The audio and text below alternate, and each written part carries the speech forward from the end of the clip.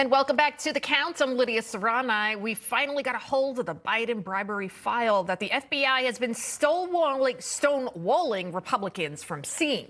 Senator Chuck Grassley released this redacted form on Thursday, and the FBI informant's allegations in it are alarming, to say the least. The document dates back to June of 2020 and details why Hunter Biden was kept on the board of Burisma by its owner. Quote, Zelensky made some comment that although Hunter Biden was stupid and his dog was smarter, he needed to keep Hunter Biden on Burisma's board so everything will be okay. But that's not all. The Burisma owner admitted to the source in 2016 that, quote, it cost $5 million to pay one Biden and $5 million to another Biden. He also claimed that he was coerced into paying the Bidens for getting the prosecutor investigating Burisma fired, meaning that the Bidens banked in big time from this move. Remember this? I said, I'm telling you, you're not getting $1 billion. I said, you're not getting $1 billion. I'm going to be leaving here. And I think it was, 6 hours? I said, I'm leaving in 6 hours.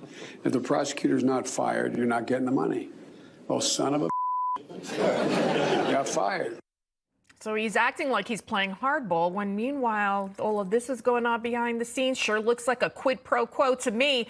Joining me now to discuss, Congresswoman Claudia Tenney. She's a Republican here in New York on the House Ways and Means Committee. Thank you, Congresswoman, for joining us this evening on The Count. First of all, your reaction to this bombshell document and the fact that the left-wing media didn't even cover it. Yeah, well, first of all, we knew this happened.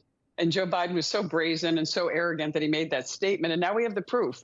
And I think that it's just shocking that the other media isn't covering this, especially in the mainstream media, because they're in the tank with Joe Biden. They're trying to protect him. I look back at Watergate. The Democrats destroyed Richard Nixon. But think about this. This is the way it really needs to be framed by the American people. The people that worked for Richard Nixon committed a crime, and he committed the cover-up. Joe Biden has committed a crime, and he's involved in committing the cover-up using the FBI, the Department of Justice, and not being held accountable. And you just had my colleague, Congressman Burleson, on, and what can we do? Well, what we need to do, we can't prosecute Joe Biden at the federal level because we don't control the FBI and the DOJ, but what we should do is start with impeaching Merrick Garland. He is a dirty cop. He is running the most corrupt FBI. It makes your face blush what he has done at the FBI.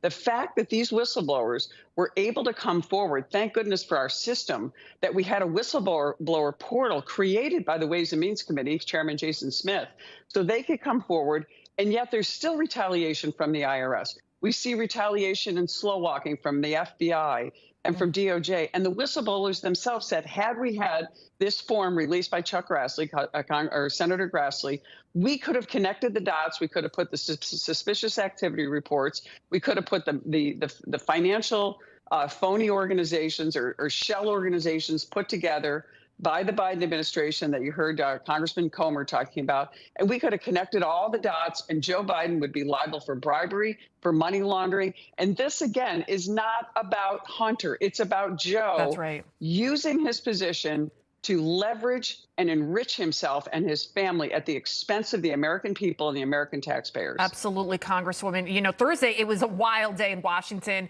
Biden's primary challenger, RFK Jr., he testified at a hearing on government censorship where Democrats ironically attempted to censor him, but they obviously failed. They didn't want Americans to hear how he was removed on social media.